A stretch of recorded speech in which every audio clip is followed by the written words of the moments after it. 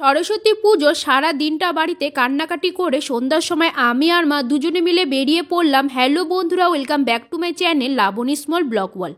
এবছর আর বাড়িতে বড় করে সরস্বতী ঠাকুরের পূজা করা হলো না, তাই ছোট করে বাড়িতে ঠাকুরের ফটো দিয়ে বাড়িতে পূজা করা হলো। যে ঠাকুরের ফটোটা দিয়ে বাড়িতে পূজা করা হলো, সেই ঠাকুরের ফটোটা আমাদের বাড়িতে 3-4 বছর আগে আনা হয়েছিল। পরের বছর থেকে বাড়িতে ঠাকুরের মূর্তি এনে ব্রাহ্মণ দিয়ে পূজা করা হতো, কিন্তু এবছর আর সেটা হলো না বাড়িতে কিছু সমস্যা থাকার কারণে। তাই বাড়িতেই যে মায়ের সরস্বতী ঠাকুরের ফটোটাতে আমরা পূজা করি, সেটাতেই ভাবলাম এবারে ছোট করে মায়ের পূজা করি।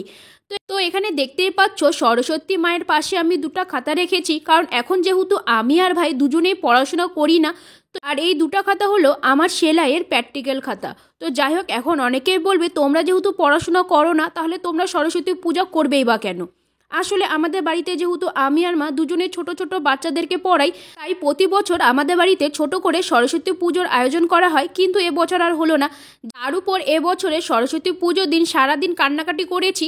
এবছর মনটা খুবই খারাপ ছিল, তোমরা হয়তো বুঝেই গেছো অনেকে যে কেন মনটা খারাপ। আর ফেসবুকে লাইভে গেছিলাম মনটাকে ভালো করার জন্য, সকলের সাথে কথা বলার জন্য, আর সেখানে গিয়েও কান্নাকাটি শুরু করে দিয়েছি। তোমরা যারা যারা আমার ভিডিও দেখো, তোমরা হয়তো জানো আমি একজন ঘরকুটুরে মেয়ে। সারাদিন বাড়ি থেকে বের হই না, সারাদিন বাড়িতেই থাকি। আর সামনের বছর 2023-এর শেষে আমার দুটো বান্ধবীর বিয়ে হয়ে গেছে, তার উপর আমি আবারও পড়ে গেছি একা। তো ঘুরতে যাওয়ার সাথী নেই, আর বাড়ি থেকেও তো একা একা বেরোনোর কোনো পারমিশন নেই। তো আর কি করার, এবছর আর ঘুরতে যেতে পারলাম না। আর তাদের কথা ভেবে আমি একা হয়ে গেছি ভেবে, তাই সেই সব কথা ভেবে আমার খুবই খারাপ লাগছিল আর খুবই কান্না পাচ্ছিল। তো তোমরা হয়তো জানো না যে আগে আমরা ছিলাম 5 জন, মানে আগে তো তখন আমি ব্লগ করতাম না, তখন আমরা ছিলাম পাড়ার 5 জন মেয়ে। তো সকলেই কিন্তু আমার থেকে 5 থেকে 6 বছরের বড়, আর আমি কিন্তু সবার থেকে ছোট।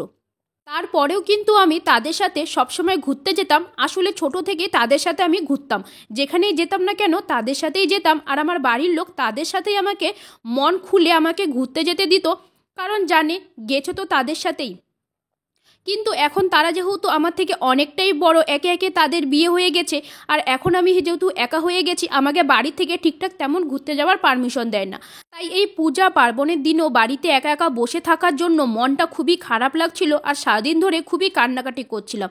যেহেতু বাড়ি থেকে একা একা বেরোনোর কোনো পারমিশন নেই, আসলে একজন সাথী থাকলে অবশ্যই আমাকে বেরোতে দিত। আর উপরে দাদা আবার গেছিল ব্যাঙ্গালোরে, ছোট দাদা যদি বাড়িতে থাকতো সে তো আমাকে ঘুরতে নিয়ে যেত, কিন্তু সে যেহেতু বাড়িতে ছিল না, সে আবার ফোন করেছে কিরে বাড়িতে নেই, ঘুরতে গেলি না। তার কথা শুনে আবারও কান্নাকাটি শুরু করে দিয়েছিলাম। যাই হোক, ভাস্তিকে আর পাড়ার এক বুনুকে রেডি করে দিয়েছিলাম, তারা গেছিলো ঘুরতে। তারপরে সন্ধ্যার সময় আমি আর মা দুজনে মিলে রেডি হয়ে বেরিয়ে পড়েছি। মা এখানে হাটে এসে উপহার কিনছিল, আর আমি এখানে বসে বসে অপেক্ষা করছিলাম। আর মা এখানে কিনলো বালতি। তো আমরা কোথায় যাচ্ছি সেটা তো তোমরা হয়তো বুঝেই গেছো, আমি আর মা দুজনে মিলে যাচ্ছিলাম বুনুর দিদাবাড়িতে। আজকে যেহেতু ছিল বুনুর মামার বিয়ে, তাই আমি আর মা দুজনে মিলেই সন্ধ্যার সময় বেরিয়ে পড়েছি। আর এসে দেখি এখানে তেমন কোনো কিছু জোগাড়ই হয়নি। ব্রাহ্মণ মশাই বসেছিল আর কাকু এখানে মণ্ডপ সাজাচ্ছিল। বাড়িতেই ছোট করে বিয়ের আয়োজন করা হচ্ছে, কারণ তারা যেহেতু আগে পালিয়ে এসেছে, তাই এখানে 5 থেকে 6 মাস পরে বিয়ে ছোট করে একটা আয়োজন করা হচ্ছিল। আমাদের মধ্যে যতই পালিয়ে আসুক না কেন, বাড়িতে পরে ছোট করে বিয়ের একটা অনুষ্ঠান করাই হয়, তো সেটাই করা হচ্ছিল। তো মামা যেহেতু বিয়ে করতে বসে পড়েছে, তাই আমি আর বুনু দুজনে মিলে মজা করছিলাম। এরপরে বসে বসে অপেক্ষা করছিলাম ভাই কখন আসবে। আসলে ভাই আসলেই আমরা খাওয়া দাওয়া করে বাড়ি চলে যাব। তো দেখছি ভাই চলে এসেছে, এরপরে আমরা বসে পড়েছিলাম খেতে। ভাই আমাদেরকে বলতে শুরু করে দিয়েছিল যে তাড়াতাড়ি খা, বাবার কিন্তু প্রচণ্ড খিদা পেয়েছে। আসলে সে আমাদেরকে রেখে সে যাবে তার বান্ধবীর সাথে ঘুরতে। আর এখানে বুনু রেডি হয়ে খেতে বসে পড়েছে, আর আমরাও এখানে তাড়াহুড়ো করে খাচ্ছিলাম। আর মাকে ফোনটা দিয়েছিলাম ভিডিও করার জন্য। আর খাওয়া দাওয়া শেষ করে দেখি এখানে মামিও বসে পড়েছে বিয়ের পিঁড়িতে। তো এখানে সম্প্রদানের পর্ব চলছিল। তারপরে আমরা বাড়ির সকলকে টাটা বাই বাই করে দিলাম। আর এখানে বুনুকে টাটা বাই বাই করছি, কিন্তু বুনু আমার উপরে রাগ করে আছে। তো যাই হোক, সেজন্য দাদু হাসছিল যে কী আবার করেছিস বুনুর সাথে, যে বুনু তোর উপরে রাগ করে আছে। যাই হোক, তোমরা তো জানো আমার আর বুনুর সম্পর্কটা কেমন।